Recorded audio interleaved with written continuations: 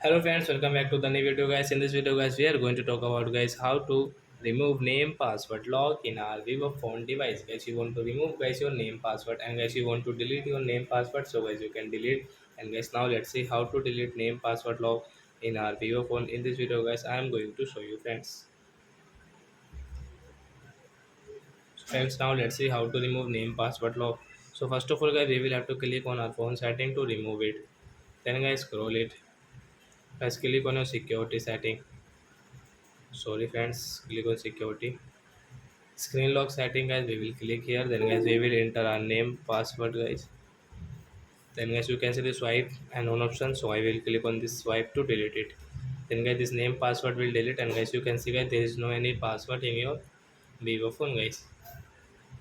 So I hope friends you have understood how to remove name password lock in our vivo phone. So that's it guys, thanks for watching.